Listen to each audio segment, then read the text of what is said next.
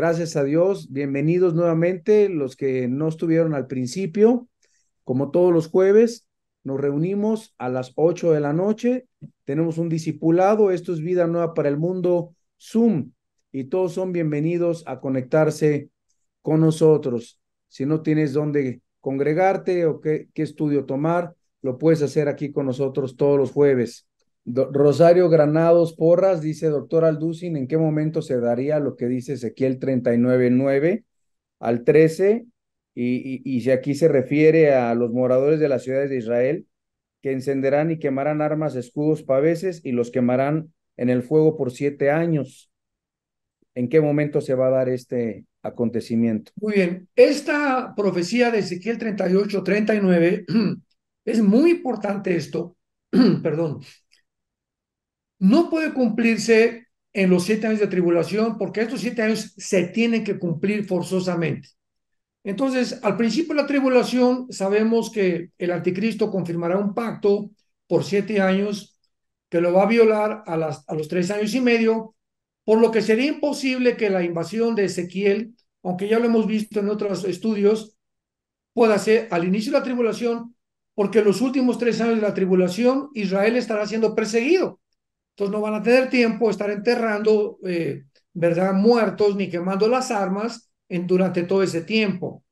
No puede ser tampoco a la mitad de la tribulación, porque al acabar la tribulación habrá un tiempo como de 75 días extras después de los 3 años y medio, donde habrá varias cosas que Dios va a hacer, tal vez el juicio de las naciones de Mateo 25, también la recompensa de muchas personas aquí en el mundo, etcétera, etcétera, y tampoco podría ser en ese tiempo porque volverán las armas en asadones, dice Ezequiel capítulo 2.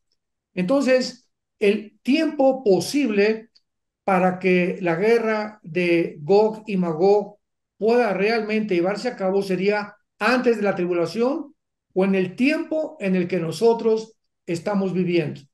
Y de acuerdo a todo lo que hemos estudiado, de ahora que ya está volviendo Rusia a juntarse con naciones africanas, con Ucrania, etcétera, etcétera, que está ya ahora, creo que esta semana se reunía con el presidente de Norcorea, hace algunas semanas se reunió Putin con más de 50 presidentes del continente africano. O sea, ¿cómo es posible que África ahorita ya se está volteando completamente con Putin, o uniéndose a Putin?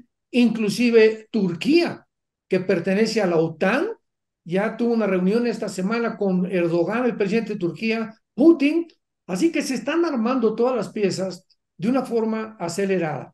Así que esta guerra y estos 7 años tendría que ser antes de la tribulación, en el tiempo en que tú y yo estamos viviendo. Muchas Gracias. gracias, abuelo. También pregunta aquí un hermano, Eric López, dice, ¿qué dice el libro de los 7 sellos? Pregunta. Perdón, ¿qué libro y qué 7 sellos está hablando? ¿De qué No, habla? no sé si se refiere a los 7 sellos de Apocalipsis. No, pues, Yo creo que no hay otros, ¿verdad? Sí, no, no, O sea, del libro del Apocalipsis. yo parece que sí, así Sí, dice porque han la sacado pregunta. libros neófitos, ¿verdad? Que no son del Apocalipsis, que también tienen sellos. Entonces, cuando se pregunta el libro con los 7 sellos, ¿es el libro del Apocalipsis o es otro libro pseudo cristiano? Yo creo que sí se refiere al A del ver, pregúntale. Apocalipsis. es un libro que se llama Los Siete Sellos, pero Entonces, ese no es desconocemos, cristiano. No, desconocemos sí, ese libro. ya le pregunté y dice que sí, a Apocalipsis se refiere. ¿Qué dice Apocalipsis de los 7 sellos? Ah, Bueno, hay que leer el capítulo 6 de Apocalipsis. Nos tomaría todo un estudio, ¿verdad? O sea, el primero es el caballo blanco, que es el anticristo; el segundo, inmediatamente la guerra; el tercero, el hambre; en el cuarto sello, desaparece una cuarta parte de la humanidad que se van al infierno; en el quinto, los mártires; y en el sexto sello, vemos que ya el sol se oscurece, comienzan a caer los meteoros contra la tierra, la gente reacciona y se da cuenta que realmente es el día de la ira de Dios, y hay hay un intermedio entre el sexto y el séptimo sello, que es Apocalipsis 7, que es los 144,000 que son sellados antes de que comience el séptimo sello. Sí, Sí, No sé si eso es lo que él quiera saber. sí, está bien. David, sí, Cristian, sí, aquí la hermana Diana pregunta, buenas noches a todos, que si existen 7 cielos o cuántos cielos habla la Biblia. No, la Biblia habla de 3 cielos nada más. El tercer cielo, que es donde están los cuarteles generales de Dios, el segundo cielo, que es el cielo cósmico, y el primer cielo de la atmósfera para abajo. Apúntalo, está en Efesios capítulo 2, versículo 1 al 2, y segunda de Corintios capítulo 12, del 1 al 3, donde Pablo habla claramente que fue llevado al tercer cielo. Así que la Biblia menciona nada más 3 cielos.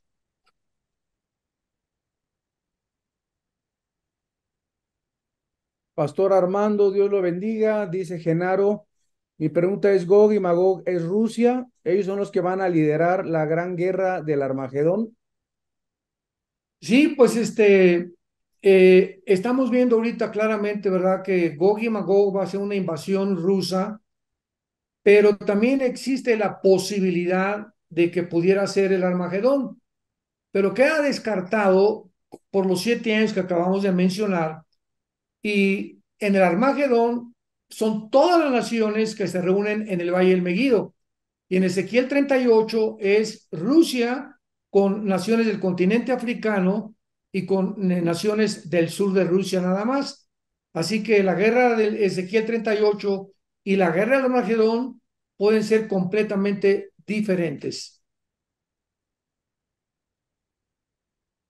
También pregunta aquí Esteban Ruiz, dice, buenas noches, pastor. Respecto a la serie de la bestia que surge del abismo, dice, en el reino milenial habrá pecado. ¿Quiere decir que los que estamos en el reino milenial podríamos ir al Seol y ser juzgados por Dios? No, acordémonos que viene el arrebatamiento de la iglesia.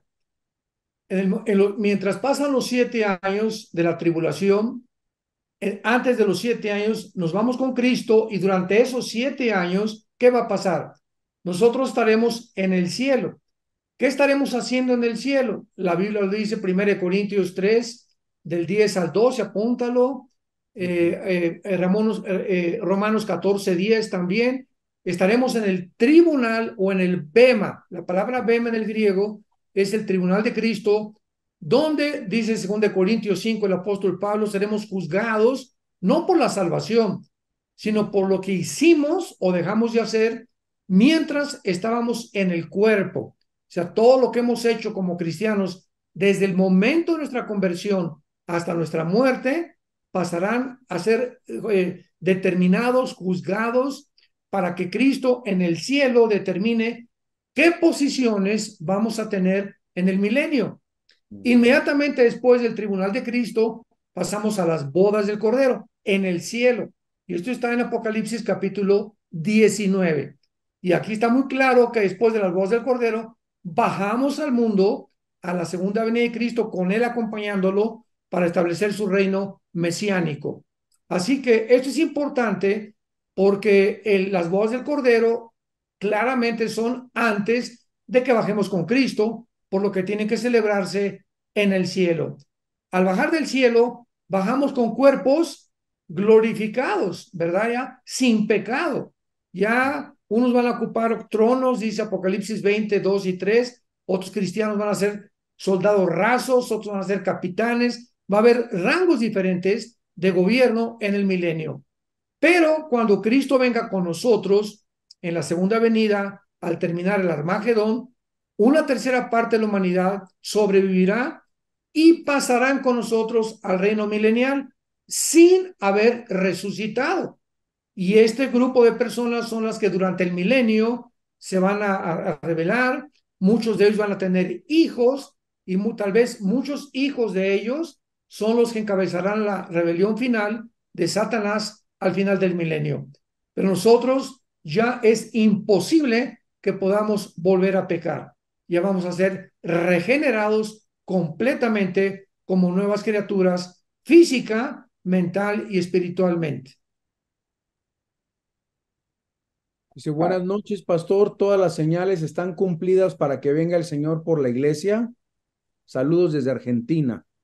Bueno, no todas. Falta el rapto de la iglesia, falta la reconstrucción del tercer templo judío, falta la formación. Lo más importante, se tienen que reunir 10 naciones para que puedan realmente, de estas naciones, 5 de Europa y 5 del Medio Oriente, y de una de estas naciones surgirá el cuerno pequeño.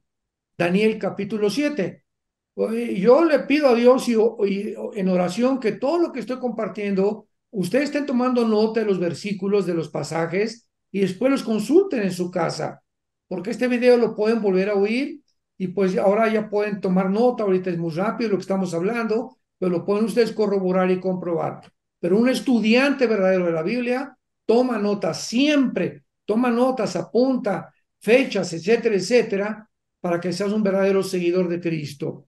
Entonces, es importante que nosotros podamos entender el orden cronológico de cómo van a suceder las cosas. Entonces, falta el tercer templo. El anticristo tal vez ya nació en el mundo, no se ha firmado este pacto porque todavía la iglesia está aquí. Mientras la iglesia esté aquí, el anticristo no puede firmar ningún pacto, etcétera, etcétera. Entonces, faltan muchas profecías que se tienen que cumplir todavía. Aquí en medio Ramírez pregunta, ¿por qué no pensar que el anticristo sea el Papa, ya que está haciendo cambios relevantes en la gran ramera e influyendo a muchas personas en pro de la perdición? Porque el anticristo no va a ser un líder religioso, el anticristo va a ser un líder político formando un nuevo orden económico mundial. Es posible que el falso profeta, Apocalipsis 13:11, que va a ser el ayudante del anticristo, ese sí sea un papa. No creemos que sea Juan Francisco. Francisco, ustedes saben, el papa actual no tiene un pulmón y está muy, muy, muy delicado de salud. Él está inclinándose muchísimo hacia el comunismo. Bueno, está haciendo muchas cosas que los mismos cardenales y los mismos jesuitas ya están en contra de él. Pero él no puede estar un año, 2 años más. Él va a morir muy pronto y tal vez el que siga de Francisco, cabe la posibilidad potencialmente que sea el falso profeta. Aquí quiero hacer una aclaración en una pregunta. Dice doctor Armando Alducin, dice Karen Torres, tú nos comentas que todos los niños se van en el arrebatamiento hoy en día y en noticias vemos que muchos niños se suicidan o que muchos asesinan. Bueno, mi padre nunca ha dicho que todos los niños se van a ir al cielo, sino, si quieres aclarar esta pregunta, sino muy chiquitos, ¿no, pa? De edades muy pequeñas, ya niños que ya tienen conocimiento del bien y del mal, pues ya son responsables, ¿no? Claro, claro, ¿verdad? Entonces es como todos los niños con síndrome de Down. Estoy seguro que todos los que tienen síndrome de Down van a estar con el Señor, porque son angelitos, ¿verdad? Entonces, Dios juzga de acuerdo a la mente, a la decisión que tomamos, a las actitudes hacia el pecado. Cristo dijo, oíste que fue dicho, no adulterarás. Pero yo te digo que si ves a una mujer, no necesitas el acto físico, sino que el simple hecho de ver a una mujer y desearla, tener relaciones con ella, no siendo tu esposa, ante mí, dice Cristo, eres un adúltero. Oíste que fue dicho, no matarás. Pero yo te digo que si tú tienes odio, nada más, no has jalado el gatillo en ninguna pistola, pero traes odio contra alguien y rencor, eres culpable como si fueras un asesino.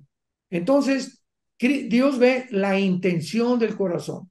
La acción es lo que consuma la actitud del corazón. Entonces, es el corazón lo que ve Dios. Y los niños, ¿verdad? Todo esto dejémosle este juicio a Dios. Dice en Romanos capítulo 2, 16, que cuando venga Cristo, Él juzgará los secretos de los hombres. Entonces nos preocupa actualmente, ¿estará mi papá en el cielo? Y mi perro Fido estará conmigo en el cielo, y mi caballo a lo mejor, o qué niños, ¿verdad? Todo eso dejémoselo a Dios. Preocupémonos por nosotros de limpiar nuestra vida como les acabo de exhortar y invitar a que puedan realmente cada día acercarnos más a Dios. Y todo eso de los niños, los papás, etcétera, etcétera. Dios es un ser infinitamente sabio que no va a condenar a nadie que no lo merezca. Amén. No sé, abuelo, ¿cómo estás de tiempo para seguimos con preguntas o...? Sí, faltan 3 minutos para las 10. Yo creo unas 3 o 4 preguntas más.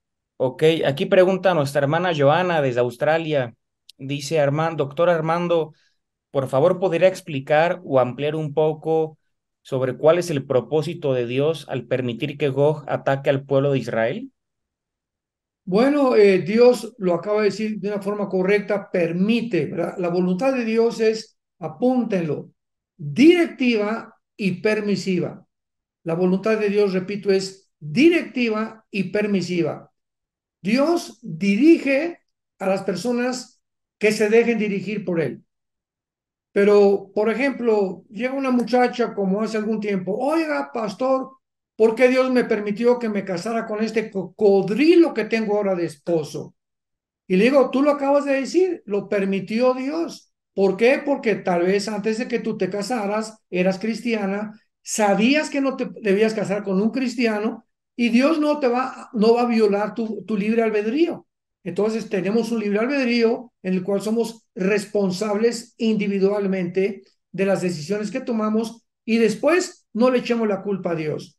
Entonces así pasa con las guerras. ¿Por qué permitió Dios que Hitler matara a más de 6 millones de judíos? ¿Por qué permitió a Stalin? ¿Por qué permitió a Alejandro el Magno las guerras en la India y en Babilonia y en el norte de África, etcétera, etcétera? O sea, todo esto Dios lo permite porque si Dios lo impidiera, que no te cases con ese y algo pues, sucediera, y que no, Hitler no matara a las personas, seríamos nulificados de nuestro libre albedrío y ya no seríamos responsables. Entonces Dios no puede intervenir para que no suceda el mal, porque entonces, ¿cuál juicio hay? Tenemos que ser juzgados por nuestras decisiones. Y esta es la razón por la cual Dios va a permitir esta próxima invasión y permitió la guerra de los 6 días, 1967 en Israel, la guerra de Yom Kippur en el 73, la guerra del 48 cuando se independizaron como nación. Entonces Dios permite, pero no es así su voluntad. Por ejemplo, la voluntad directiva rápidamente de Dios es que no haya divorcio. Dios odia el divorcio, dice Malaquías. Dios aborrece el divorcio, pero por causa de la dureza del corazón, Dios permite y le dio a Moisés carta de divorcio, porque hay matrimonios que son tan tóxicos, el uno tan como el otro, que si siguen juntos se van a matar o se van a destruir y los niños van a sufrir. Entonces Dios permite muchas veces el divorcio, ¿verdad? Y claro que sabemos bajo las condiciones de el abandono de hogar o el adulterio, que son las dos causales únicas para que Dios permita un divorcio entre cristianos. Tienes tu micrófono apagado, David. Oh, David. Perdón, aquí Mariana Perdomo menciona en Primera de Juan, capítulo 2:28, dice que permanezcamos en él, para que cuando él se manifieste tengamos confianza y no nos apartemos de él avergonzados. Pregunta que si eso quiere decir que los que vayan a ser avergonzados van a ser devueltos a la tierra para padecer la tribulación. No, ahí esta vergüenza estará en el tribunal de Cristo. O sea, recordamos en 1 Corintios 5 el caso de un muchacho que vivía en fornicación con su suegra y que Pablo, ¿verdad?, se enoja cuando sabe que los líderes de la iglesia no lo habían exhortado ni lo habían sacado de la iglesia y les dice a los líderes en 1 Corintios 5, del 1 al 6, que el tal sea entregado a Satanás para la destrucción de la carne, a fin de que su espíritu sea salvo en el día de Cristo. ¿Cuál es el día de Cristo? El día en que estemos en el cielo, siendo juzgados por lo que hicimos o dejamos de hacer. Así que en ese tribunal de Cristo, lo explica 1 Corintios 3, del 10 en adelante, léanlo por favor, que sus obras serán quemadas por el fuego, aunque serán salvos por el fuego, pero perderán sus galardones, se entristecerán, se avergonzarán de que no hicieron lo que tenían que hacer y bajarán a la tierra junto con nosotros, pero servirán tal vez como soldados rasos o no sé en qué posición Cristo los pondrá. Pero va a ser la tragedia más grande del mundo porque aquí tenemos que considerar que muchos cristianos dicen, bueno, pues yo aunque pase con 6 de calificación al cielo, aunque pase de panzazo, como decimos en México, ¿verdad? Yo me conformo con ir al cielo. No, no te conformes solamente con ir al cielo, porque confórmate que cuando vayas al cielo no te vayas a avergonzar delante de Jesús y de tus hermanos, porque nuestras obras serán abiertas ahí ante todos y podamos realmente nosotros anhelar con todo el corazón servir a Cristo por toda la eternidad en mejores posiciones que las que tenemos ahora. ¿Una Amén. pregunta más? Sí, una más. Bueno, aquí pregunta Sandra Hernández. No sé si, abuelo, te enteraste de esta semana que se despenalizó el aborto aquí en todo México, ¿verdad? Entonces preguntan tu opinión acerca de esto. Bueno, lo dijimos en el estudio que acabamos de compartir, que las naciones en el continente americano se tienen que someter a la agenda global. México es una de ellas y se le impuso que para pertenecer a la agenda global y tener beneficios económicos como país o inversiones para poder invertir, se necesita someterse a la agenda global. Y la agenda global dictamina que se tiene que usar el aborto, ¿verdad? ¿Por qué? Porque pues una nación, mientras menos gente tenga, es más fácil de controlar. Mientras menos gente tenga, pues hay más pan para todos. Esta es la cortina de humo que usan y que mientras menos niños nazcan, pues es más fácil, ¿verdad?, para la agenda global controlar el mundo. Recordemos que hay un plan satánico que viene del infierno, que nos está tratando de, como ahora todas las vacunas y ahora con todas las mentiras, que ya viene otra vez el COVID y que la OMS está diciendo ahorita que viene más grave el COVID, puras mentiras nada más para volver a controlarnos, inspirarnos miedo y poder controlarnos más. Entonces es una tristeza, ¿verdad? Que ya en nuestra patria, en México, ya se despenalice el aborto, pero repito, todos los presidentes del continente americano se quieren someter, se tienen que someter a la agenda global si quieren funcionar y quieren tener ingresos o financiamiento para poder invertir más dinero o pagar sus deudas ante el Fondo Monetario Internacional. Qué tristeza. Pero así va el mundo, un mundo desarticulado. Te agradecemos mucho tu participación, Paz, nuevamente. De verdad que siempre nos bendice tanto cuando nos acompañas en estos estudios y queríamos pedirte si pudieras cerrar con oración, bendiciendo a cada uno de los oyentes, a tantos discípulos que tenemos aquí conectados, ¿verdad? Fueras tan amable.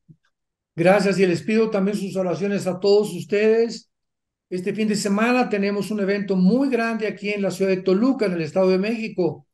Un evento para puros jóvenes que han organizado. A nosotros los pastores nos han sorprendido de todo este evento, la organización que han tenido, fantástica la organización que están haciendo. Y estamos esperando, ¿verdad?, bendecir a miles de jóvenes con el Evangelio de Jesucristo. Tenemos varios invitados que vienen de fuera, de España, de Estados Unidos, que van a compartir la palabra. Yo voy a cerrar el sábado, desde luego, la última conferencia. Mi esposa compartirá también el sábado y necesitamos la oración porque tenemos que impulsar, tenemos que motivar a nuestros hijos, a nuestros nietos, para que puedan realmente levantar la antorcha y la antorcha que les vamos algún día a dejar nosotros, los de la generación adulta, puedan ser hombres y mujeres, nuestros hijos y nuestros nietos que sirven al Dios vivo.